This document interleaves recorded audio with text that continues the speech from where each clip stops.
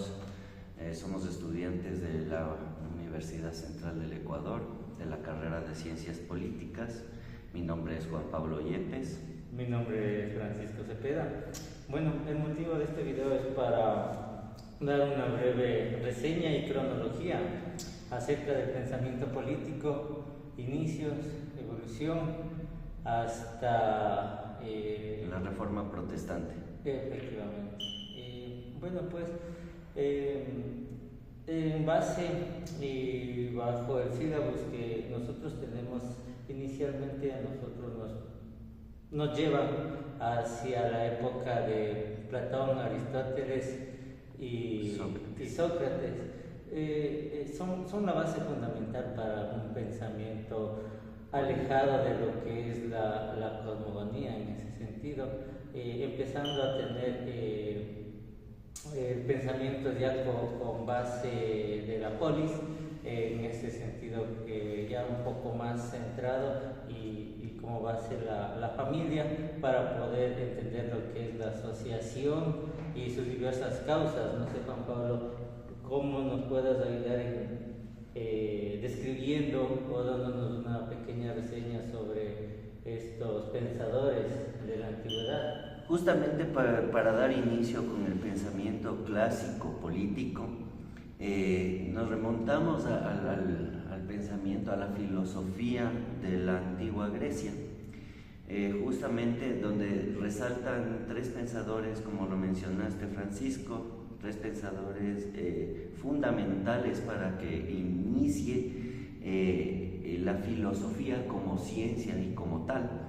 Entonces tenemos en primera instancia Sócrates, que él fue uno de los iniciadores y pensadores clásicos en esta época.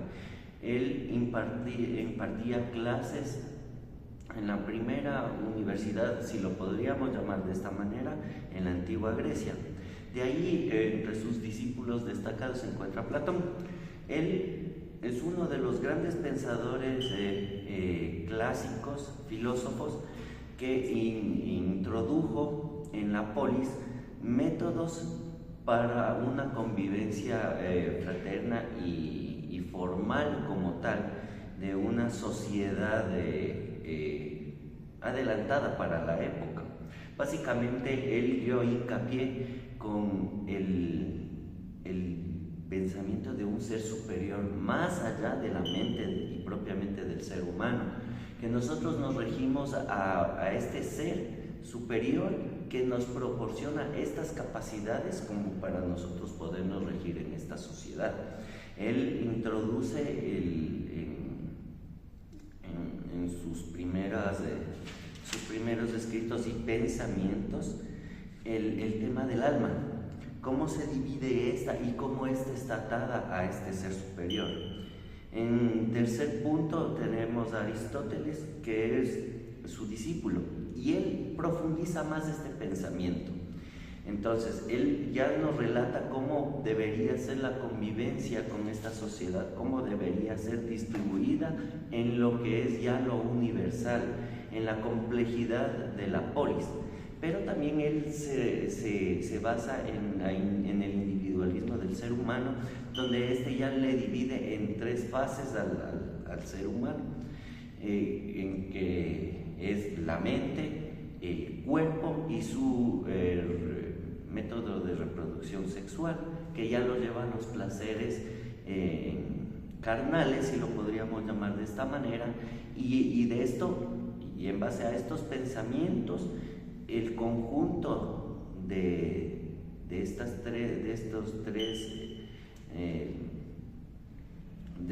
conformidad de este ser humano, puede desenvolverse de la mejor manera como un líder ante la sociedad. Como lo veníamos detallando en las clases en el presente semestre, justamente el acceso a esta educación no era para toda la sociedad en sí. Entonces, justamente estos pensadores se encargaron de impartir esta clase de conocimiento a los que estaban capacitados en esta época, pero por el tema económico y el tema social, ellos no tenían el acceso a esta a esta clase de enseñanzas que tenían el acceso a esta clase de aristocracia en la antigua Grecia. Recorriendo un poquito ya más en la cronología del tiempo, llegamos al siglo XII ya de nuestra era, donde aparece un gran pensador.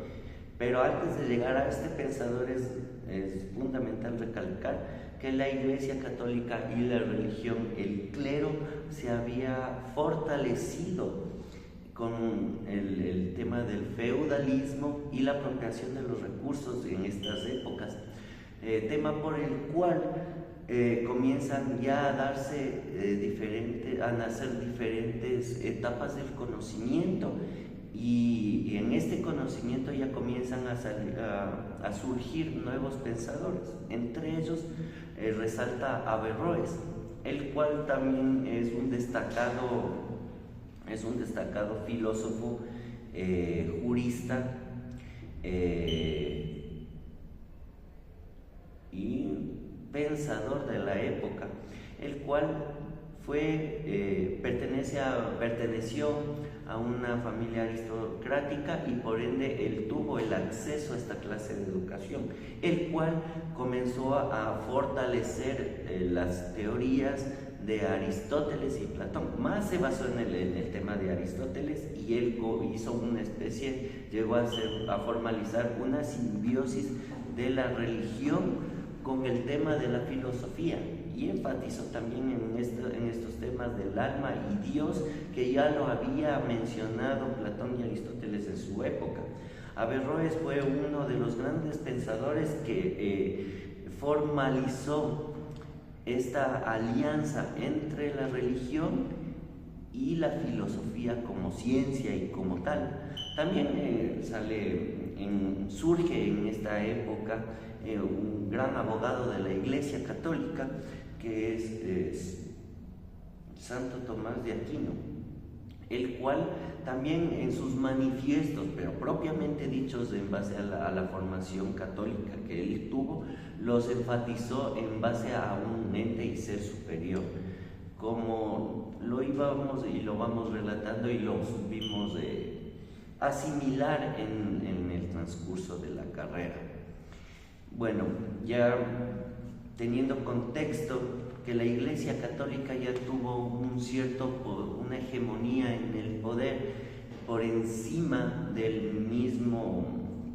la aristocracia, de las familias poderosas, además de los reyes, en las épocas ya comienzan a surgir nuevos pensadores en esta transición que es de la Edad Media y del modernismo. Hay que recalcar que también en la Edad Media comienza ya a surgir la ciencia como tal, a tener ya un papel crucial en el transcurso de la historia, y la formación de nuevas ciencias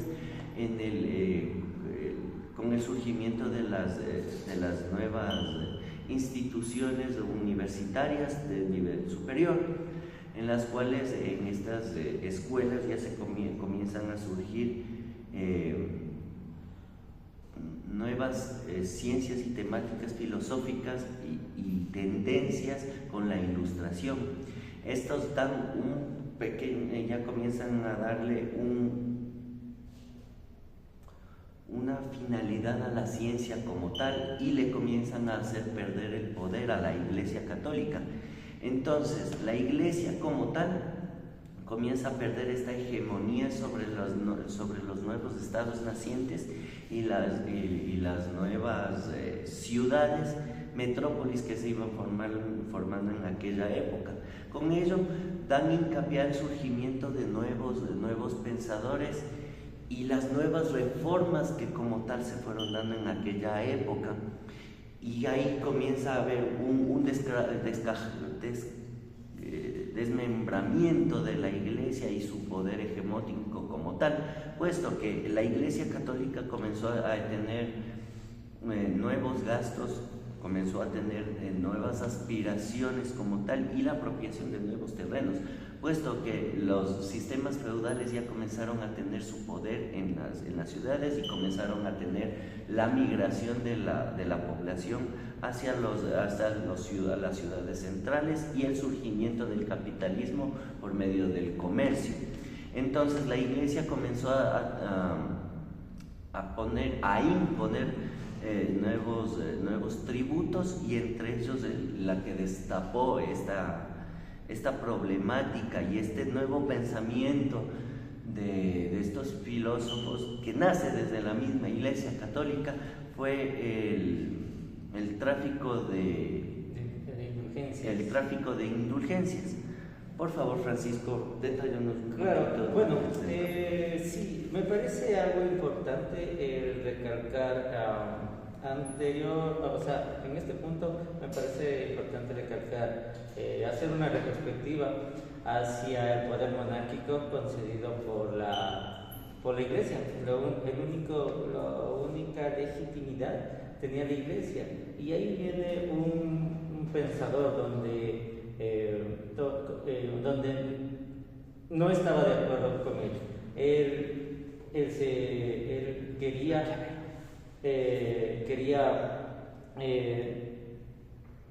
que ya no sea un poder heredado. Estamos hablando de Maquiavelo. En ese sentido, él nos expone a un libro que se llama El Príncipe, en el cual es ahora, en estos tiempos, se podría decir que es un manual, pero para su época fue algo bastante revolucionario, pues, al momento que habla de un nuevo príncipe con nuevas facultades, un nuevo líder que tenía que tener diversas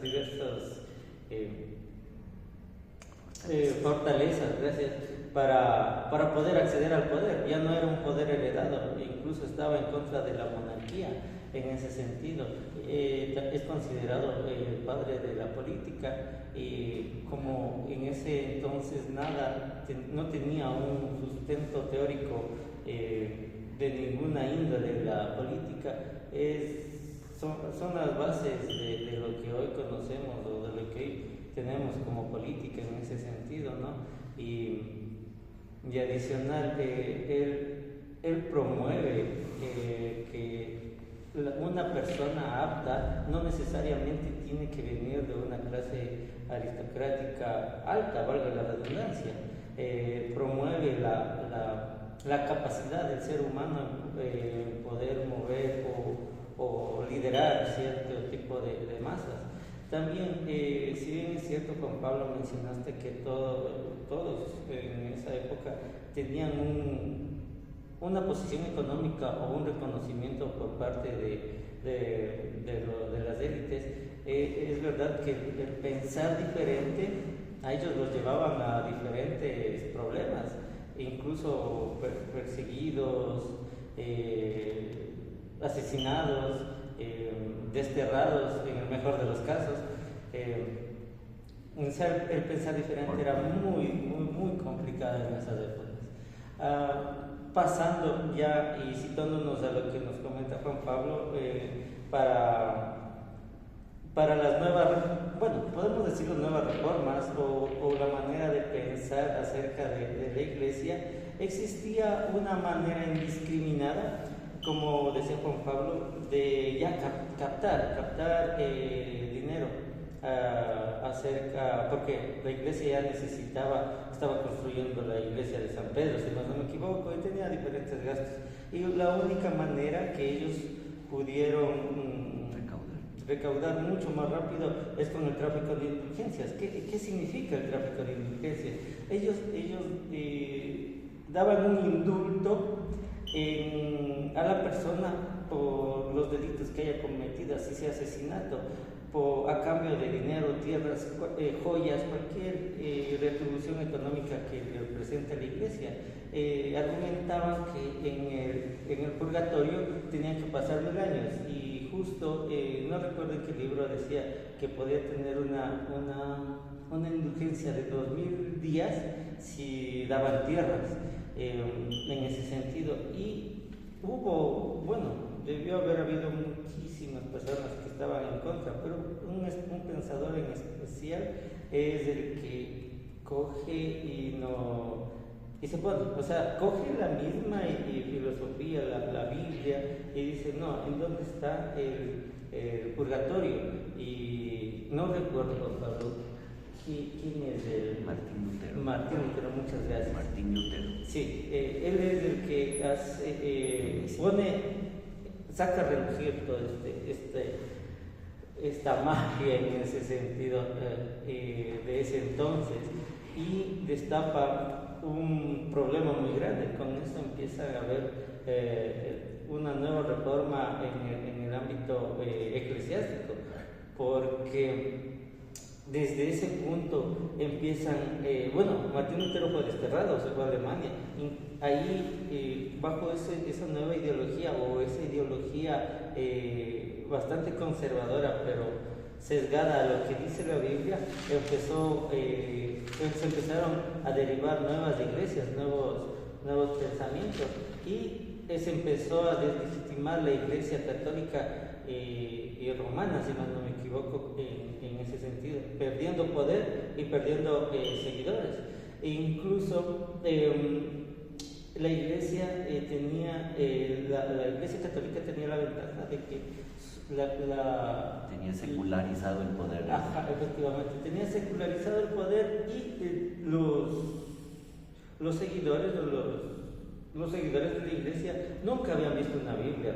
¿Por qué? Puede ser que su manera de hegemonía era que decían, aquí está esto, pero una Biblia nunca la habían visto, nunca la habían palpado. Pero con Martín Lutero y la aparición de la imprenta con Gutenberg, se empezó a traducir a diversos idiomas y a tener una producción en masa de todo eso, y se empezó a repartir ese conocimiento ya físicamente.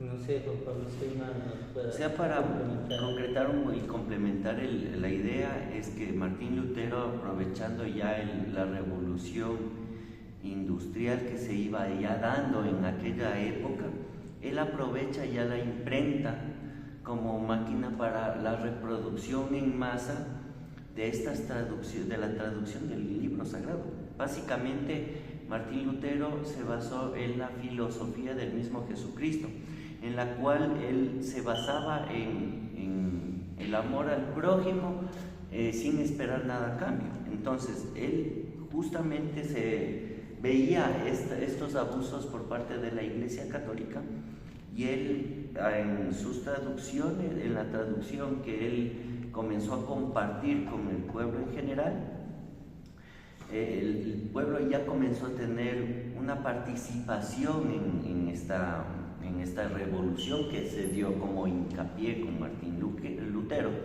en la cual ya no se necesitaba de la intermediación de la iglesia, en este caso de un sacerdote o de un monje, para que ellos obtengan el perdón de un ser superior.